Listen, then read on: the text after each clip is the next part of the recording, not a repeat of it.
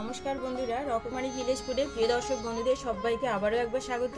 তো বন্ধুরা, আজ আমি আপনাদের সঙ্গে শেয়ার করব দারুণ স্বাদের একটা নিরামিষ রেসিপি পদ। তো তার জন্য নিয়েছি আমি এখানে কাঁচকলা আর বিউলির ডাল দিয়ে এটা তৈরি হবে নিরামিষ পদটা। তো কাঁচকলাটা আমি প্রথমে একটু সেদ্ধ করে নেব, আর বিউলির ডালটা আমি আগের দিন রাতে ভিজিয়ে রেখেছি। তো আপনারা চাইলে 2-1 ঘন্টা আগেও ভিজিয়ে নিলে হবে। আর নিয়েছি আমি এখানে বাদাম, নিয়েছি কাঁচা বাদাম, নিয়েছি পোস্ত, আর নিয়েছি একটা টমেটো, নিয়েছি এখানে আদা, আর নিয়েছি কাঁচা লঙ্কা, শুকনো লঙ্কা। তো টমেটোটা আমি এখানে গ্রেট করে নেব, আর বাকি মশলাটা আমি একসঙ্গে পেস্ট করে নেব। তো প্রথমেই বন্ধুরা আমি কাঁচকলাটা প্রথমে সেদ্ধ করে নেব। তো বন্ধুরা, কাঁচকলাগুলো আমি এই দেখুন সিদ্ধ করে নিয়েছি। এখন আমি খোসাটা ছাড়িয়ে নিচ্ছি। এদিকে ডালটাও আমি বেটে নিয়েছি। এখন আমি এটা কলা আর ডালটা আমি একসঙ্গে দিয়ে দেবো। এটা ভালো করে একটু আগে চটকিয়ে নিই।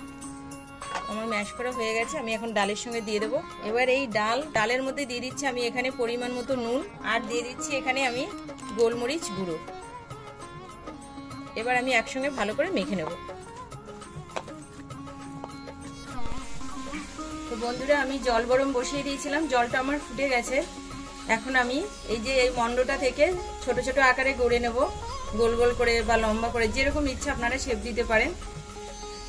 এইভাবে গরম জলের মধ্যে দিয়ে দিচ্ছি। তো বন্ধুরা, এই দেখুন ফুলে কেমন ডবল হয়ে গেছে। এখন আমি এটা নামিয়ে নিচ্ছি। তো কড়াই বসিয়ে দিয়েছিলাম, কড়াইটা আমার গরম হয়ে গেছে। এখন আমি কড়াইতে দিয়ে দিচ্ছি সর্ষের তেল। তো রান্নাটা আমি সর্ষের তেলেই করব। কড়াইটা আমার গরম হয়ে গেছে। এখন আমি দিয়ে দিচ্ছি বড়াগুলো। আমি একটু লাল লাল করে ভেজে নেব। আমার সবগুলো বড়া ভাজা হয়ে গেছে, তেলটা গরম হয়ে গেছে। এখানে ফোড়নে দিয়ে দিচ্ছি একটা তেজপাতা, গোটা জিরা, আর হচ্ছে শুকনো লঙ্কা। এটা আমি ফোড়নে দিয়ে দিচ্ছি এখানে 1 চুটকি হিং। এখন আমি যে মশলাটা রেখেছিলাম পেস্ট করে সেটাই দিয়ে দিচ্ছি।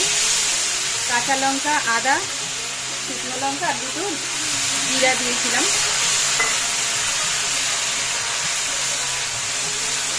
এখানে যে টমেটোটা আমি গ্রেট করে রেখেছিলাম, টমেটোটা, হলুদ গুঁড়ো দিয়ে দিচ্ছি পরিমাণ মতন। আমি এখানে নুন দিয়ে দিচ্ছি।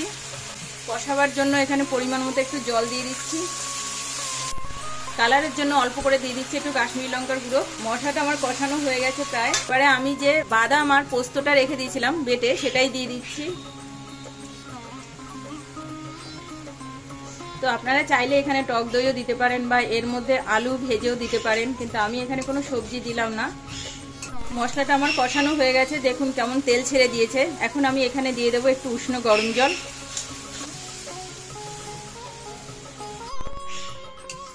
ঝোলটা আমার ফুটে গেছে। এখন আমি দিয়ে দেবো এখানে গরম মশলাটা। গরম মশলাটা আমি শিলেই বেটে রেখেছি, কারণ বড়াগুলো দেওয়ার পরে খুব একটা নাড়ানো যাবে না, তাই আমি এখনই দিয়ে দিচ্ছি। এবার আমি বড়াগুলো দিয়ে দিচ্ছি।